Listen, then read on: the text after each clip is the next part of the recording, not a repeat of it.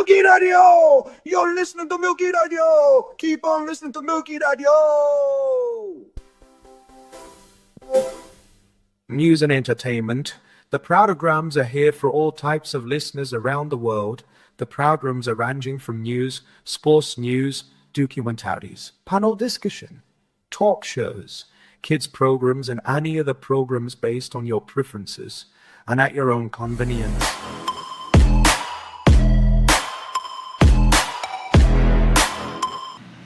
Welcome back. You're listening to Milky Radio, your online internet radio station.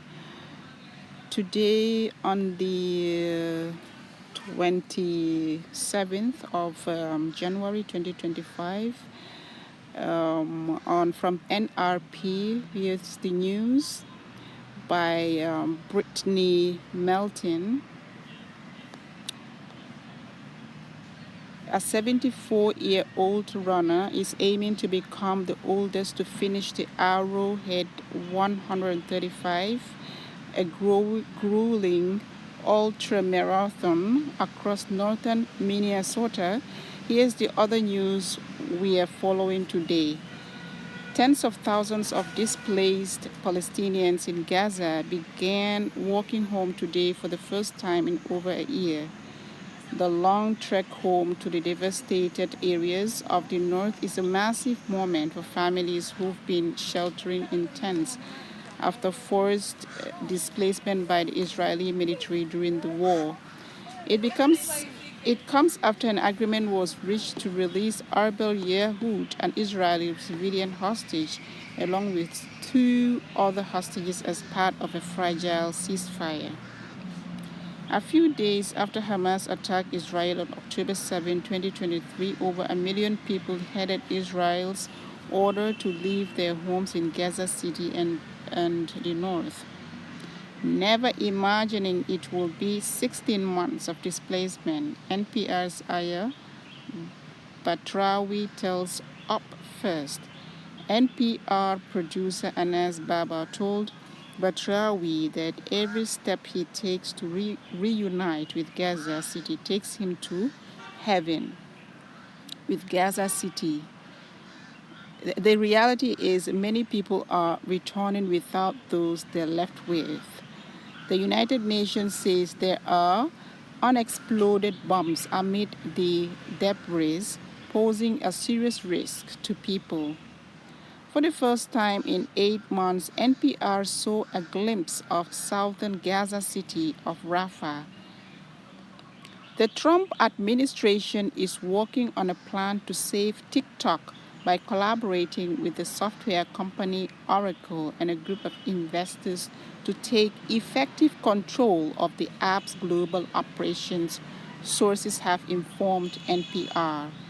Under the proposed deal, ByteDance, TikTok China-based owner, would retain a minority stake in the company.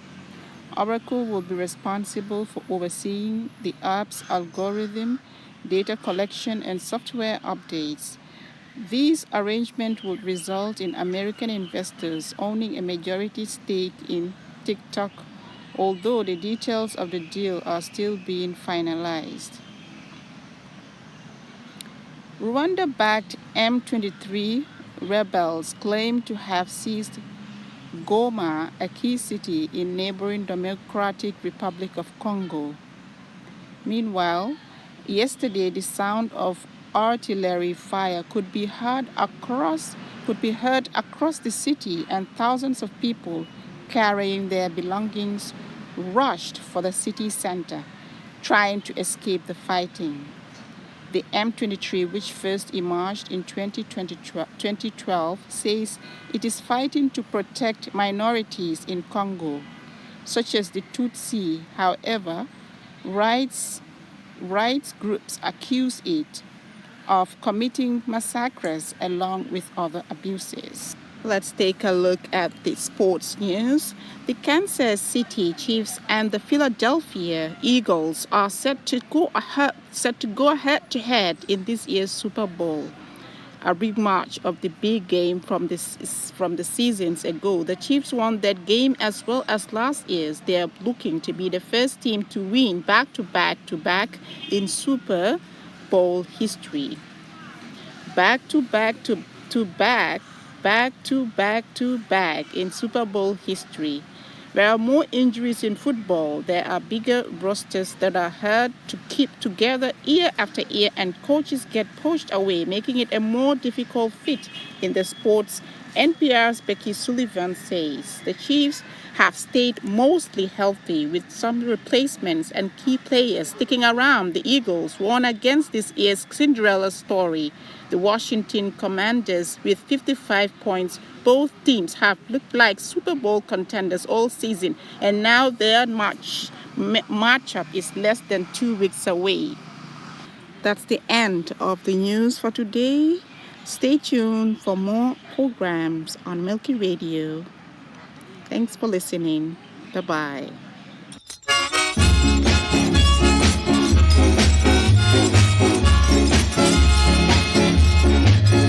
Hello, hello, hello, everybody, hello. Family sends you greetings and still remembers you. May your ears be bright and may God be your leading light. Happy New Year, dear friends from Beverly. Hello, hello, hello, everybody, hello. Wherever you be, may the good Lord be with thee. To friends across the sea, unending prosperity. Happy New Year, dear friends from Beverly.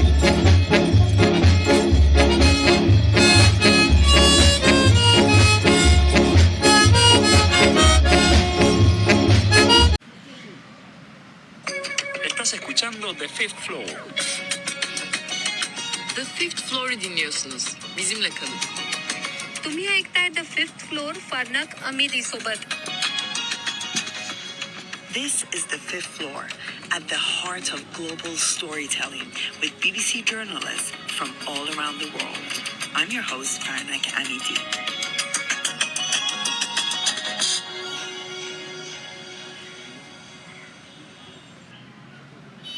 After Taliban took over the country in August 2021, they started banning women from secondary school. After that, they banned women from going to parks, from going to public baths, and also from going to gyms. And 20th of December, they published another statement banning girls from higher education. And right after that, they published another statement barring women from working in NGOs. They have said in the statement that this is a temporary decision and we are going to reconsider about this.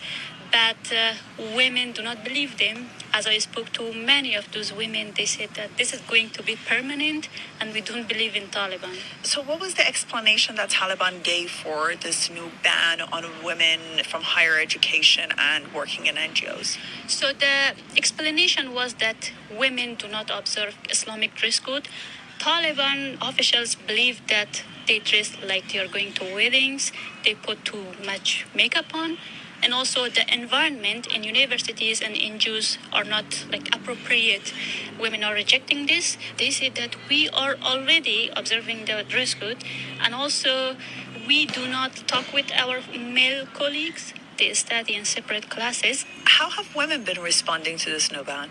It was a big blow for thousands of women, especially in a poor country that education was their only hope. And as I spoke to many of those women, they were very upset about this. And even one young girl told me she had fought with her father, with her brother, with every male member of her family, just that she can go to university. And now Taliban, they have come and banned her from going to university. She told me that I'm completely in shock. I have nothing else. And all panicked about. group chats, they're all panicked about what if they search her phone, what if they find out about other girls. And actually, I was quite afraid. On that day, I couldn't message any of them because I thought that maybe Taliban have taken them.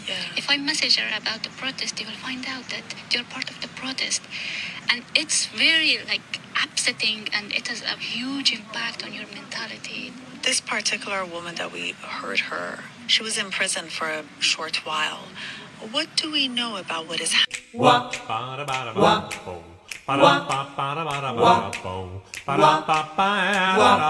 And a happy new year. And I say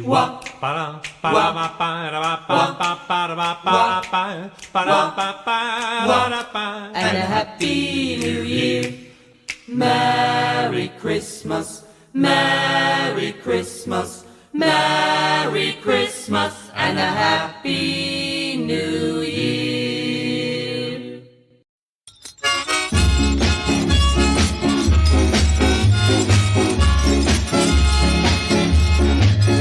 Hello, hello, hello, everybody, hello.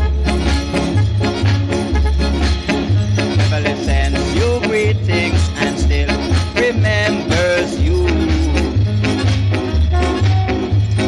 May your ears be bright and may God be your leading light. Happy New Year, dear friends from Beverly. Hello, hello, hello, everybody, hello. Wherever you be, may the good Lord be with thee. To friends across the sea, unending prosperity. Happy New Year, dear friends from Beverly.